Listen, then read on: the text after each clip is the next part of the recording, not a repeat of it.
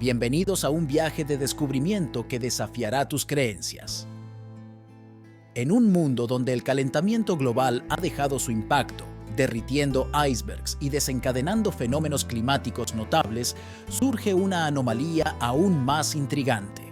Una extraña tormenta de nieve en la ciudad más sagrada del Islam, la Meca. Jesús nos advierte que una gran ciudad atrae a todas las naciones a adorar a un falso Dios. Alguien en esta gran ciudad está tratando de atraer la atención de todos, pero la existencia misma de esta ciudad y las oraciones dirigidas hacia ella siguen siendo un misterio insondable. ¿Qué revela Dios a través de los fenómenos en la ciudad sagrada de los musulmanes? En este video desentrañaremos las capas de este enigma y exploraremos la posibilidad de que la Kaaba, el epicentro de Meca, podría no ser lo que parece. ¿Estás listo para desafiar tus creencias y explorar un relato que podría cambiar tu perspectiva? Acompáñanos hasta el final para descubrir lo que Dios está tratando de comunicarnos a través de estos eventos en la ciudad sagrada. La verdad podría ser más impactante de lo que te imaginas. Antes de continuar, suscríbanse, denle like, activen la campanita y compartan sus pensamientos en la caja de comentarios. Comencemos este fascinante viaje juntos. Algo irreal está sucediendo en la gran ciudad, y cuando menciono la gran ciudad, sabemos a qué me refiero, ¿verdad? Así es la Meca. Hay una nevada en la Meca, y es la primera vez que ocurre. Atrae la atención de cientos de miles de personas religiosas, quienes afirman que es definitivamente un mensaje divino. Según la Biblia, el significado de la nieve está asociado con el perdón de los pecados. En el Salmo 51:7 se menciona: «Límpiame con hisopo, y quedaré limpio, lávame, y quedaré más blanco que la nieve». En Isaías 1:18 se dice: «Venid luego, dice Jehová, y estemos a cuenta. Si vuestros pecados fueren como la grana, como la nieve serán emblanquecidos». Dios advierte sobre falsos profetas, y en Deuteronomio 18:20 se menciona que el profeta que hable en nombre de otros dioses debe morir. Dentro de la Kaaba se encuentra una piedra angular en el cubo llamada Piedra Negra, una maravilla que Dios dejó para la humanidad. Pero, como sabemos, Satanás siempre imita a Cristo, incluso colocando una piedra angular aquí. Jesús, el único que conoce todo, revela que allá del Corán está realmente contenido dentro de la piedra negra de la Kaaba. En las revelaciones proféticas compartidas por Jesús en el libro de la Revelación, desvela al falso profeta, identificado como nada menos que Mahoma. Según Apocalipsis 13:14, este falso profeta establecerá una imagen engañosa de una bestia, llevando a los habitantes de la tierra por mal camino y ordenándoles adorar la imagen en homenaje a la bestia. Esta imagen intrigante lleva un importante significado simbólico en relación con las referencias fascinantes a las heridas de espada, fortaleciendo la comprensión al conectarlas con la espada afilada que sale de la boca de Jesucristo mismo, un símbolo de juicio y autoridad divina. Jesús revela más verdades profundas en Apocalipsis 17:8, donde revela que la bestia que existió en el pasado desapareció y está destinada a reaparecer, finalmente encontrando su perdición. Este enigmático ciclo de existencia y no existencia desconcierta a aquellos cuyos nombres no están inscritos en el libro de la vida. La bestia del Apocalipsis fue expulsada del cielo, y donde está restringida es en esa misma piedra negra. Algunas personas aún no se dan cuenta realmente de lo que hay dentro de la Kaaba y continúan pensando que el Mesías está allí, por lo que siguen orando fervientemente. Jesús nos advierte que huyamos de la gran ciudad. Querido, el Dios al que adoras puede no ser como ellos. Arabia Saudita permite que los cristianos ingresen al país como trabajadores temporales, pero no les permite practicar abiertamente su fe. Por lo tanto, los cristianos generalmente solo adoran en privado, lo cual puede ser injusto y agotador. No te encierres en un lugar que no te pertenece y ve a donde Dios es el verdadero Salvador, donde hay personas que creen lo mismo y orarán contigo. La formación de la Kaaba se atribuye a Abraham e Ismael en la tradición islámica.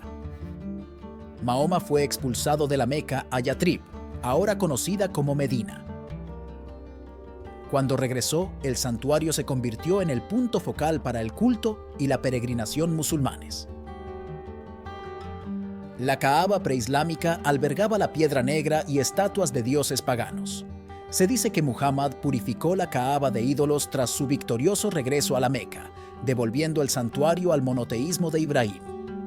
Los musulmanes creen que Ismael, el primer hijo de Abraham, recibió la bendición de la Kaaba para que sus descendientes realizaran una peregrinación anual y una fiesta de sacrificio en torno a la Kaaba.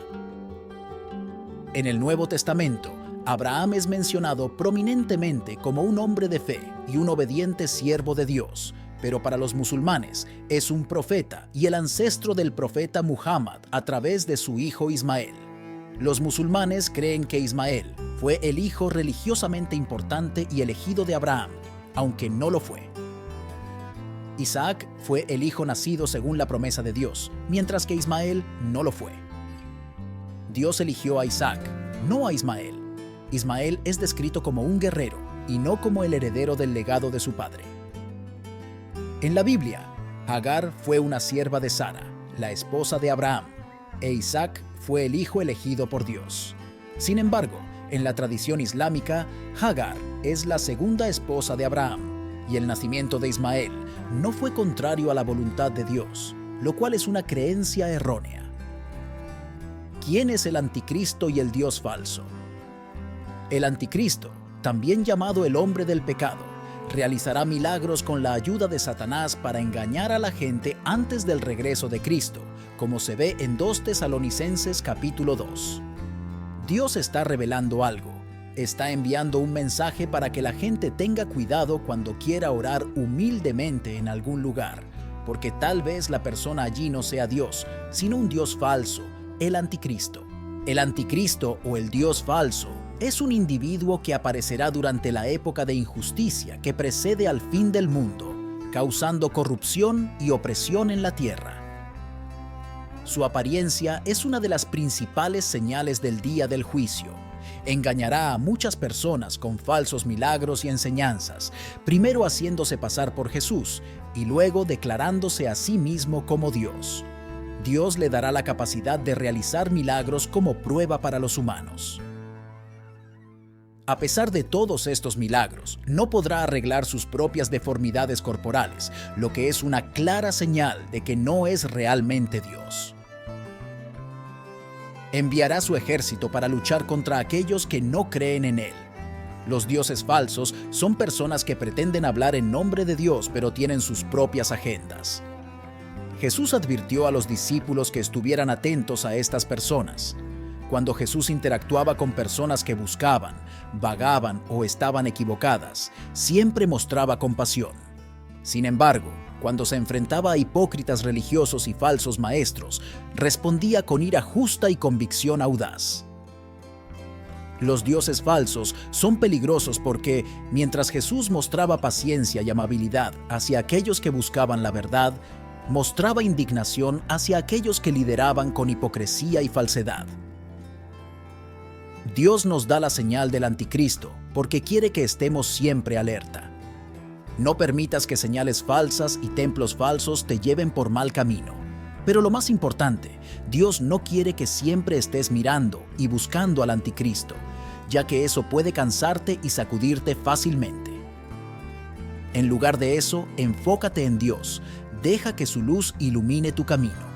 Por ahora, algo está impidiendo que el anticristo ascienda al poder. Este poder superior que lo retiene, eventualmente será eliminado de la tierra y el anticristo tomará el control del mundo. Sin embargo, Dios lo derrotará y juzgará a las personas que no creyeron en Jesús. Según Jesús, habrá un gran lamento cuando el Hijo del Hombre regrese, y todos lo verán, incluidos aquellos que lo traspasaron y todas las personas en la tierra. Las malas hierbas serán cosechadas primero y quemadas, indicando un juicio o castigo para aquellos que se oponen al sacrificio expiatorio de Jesucristo. Sigue creyendo en lo que Dios ha dispuesto. Él preparará todo para ti antes de su regreso. Lo que necesitas hacer es estar alerta y reconocer las señales que Dios está tratando de enviarte. Al mismo tiempo, oremos con diligencia pidiendo que estemos alerta y preparando nuestros corazones para darle la bienvenida de vuelta. El Señor guiaba a su pueblo a través de la ley, los cuidaba a través del sacerdocio y los corregía y dirigía a través de los profetas. A veces, los profetas se dirigían directamente a individuos, como se ve en 2 Samuel, cuando Natán confrontó a David por su pecado con Betsabé.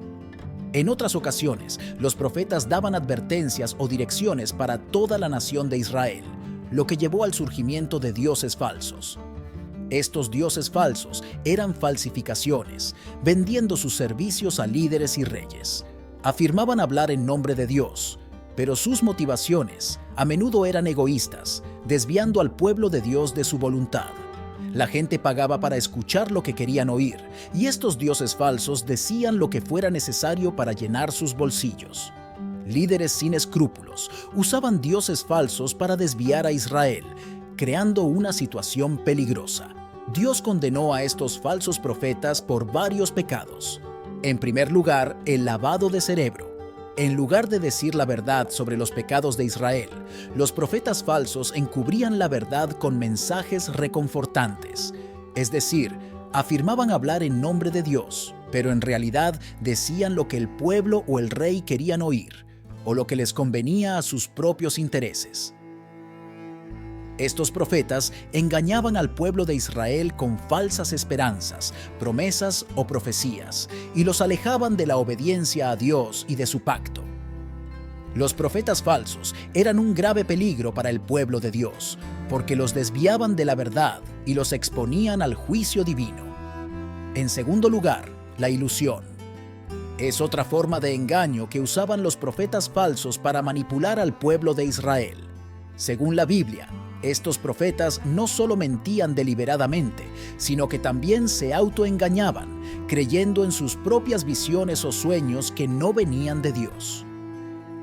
La ilusión de los profetas falsos era peligrosa porque los hacía confiar en sus propias fantasías y no en la palabra de Dios.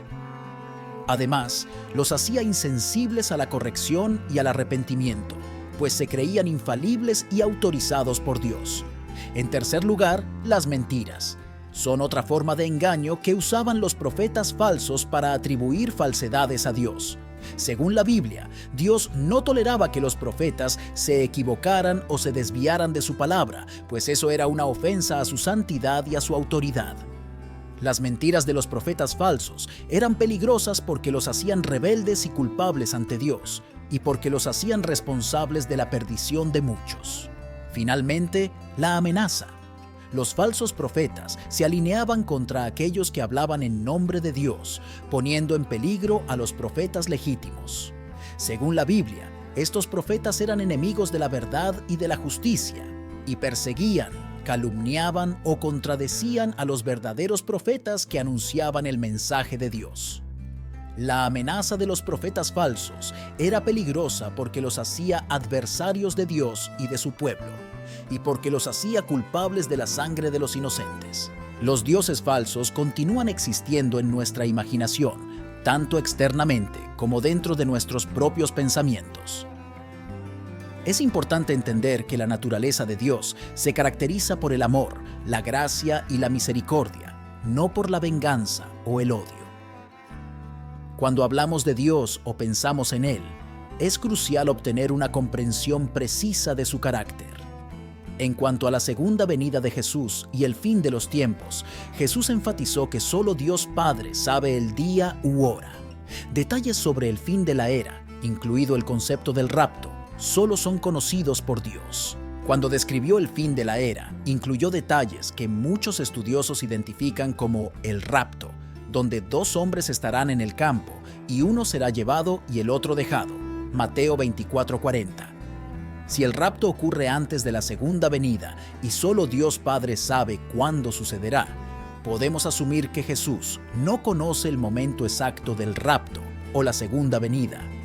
Solo Dios Padre conoce tales asuntos. Con el tiempo, Él transmitirá esta información a su Hijo. cómo nos preparamos para el regreso de Cristo. Podemos prepararnos para la segunda venida del Señor haciendo lo siguiente. En primer lugar, acercándonos al Señor, pasando tiempo de calidad con Dios en oración y comunión, que es una de las mejores maneras de prepararnos. La oración nos acercará a una relación íntima con nuestro Creador, y es el deseo del Creador que permanezcamos cerca de Él. Si permanecemos cerca del Señor, su segunda venida no nos sorprenderá desprevenidos ni sin preparación. En segundo lugar, al leer las Escrituras, cada vez que nos sumergimos en la palabra de Dios, nos acercamos al Señor debido al poder que reside en las Escrituras. Además, al leer la palabra de Dios, recibiremos instrucciones sobre cómo vivir correctamente y prepararnos para su segunda venida. En tercer lugar, vivir una vida santa agradará al Señor. Sin santidad evidente en nuestras vidas, no estaremos preparados para la segunda venida del Señor.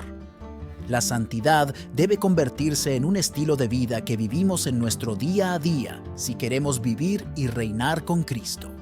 En cuarto lugar, mantener nuestro enfoque en el Señor es crucial. Nuestro enfoque debe estar en el Señor si queremos permanecer en alerta máxima para la venida del Salvador resucitado. El diablo intenta hacernos perder el enfoque para que nos volvamos ocupados, confundidos, desanimados e incluso nos desviemos del camino. Si el diablo puede causarnos estas cosas, tiene buenas posibilidades de hacernos perder la segunda venida de Cristo. Estaremos tan ocupados tratando de encontrar la felicidad en nuestra propia fuerza que no dependeremos del Señor para ayudarnos. Podemos perder fácilmente nuestro celo para seguir sirviendo al Señor, lo que eventualmente nos hará perder la segunda venida del Señor. En quinto lugar, amarnos y perdonarnos mutuamente es esencial. La Biblia dice que el amor cubre multitud de pecados. Primera de Pedro 4:8. Y que Dios Padre no nos perdonará si no perdonamos a otros. Mateo 6:15. Si no podemos amarnos y perdonarnos mutuamente, estamos en problemas con Dios y no podremos ser parte del reinado de 1000 años con Cristo. El amor es el ingrediente que nos mantiene unidos. Sin él, nos volveremos fríos unos con otros, propensos a las disputas y sin capacidad de perdonar. A medida que avanzamos y nos acercamos al final de los tiempos, debemos vivir en santa preparación, sabiendo que la venida del Señor está cerca. Gracias por acompañarnos. Si deseas formar parte activa de nuestra comunidad, te animo a que te suscribas, des like y compartas sus pensamientos en los comentarios.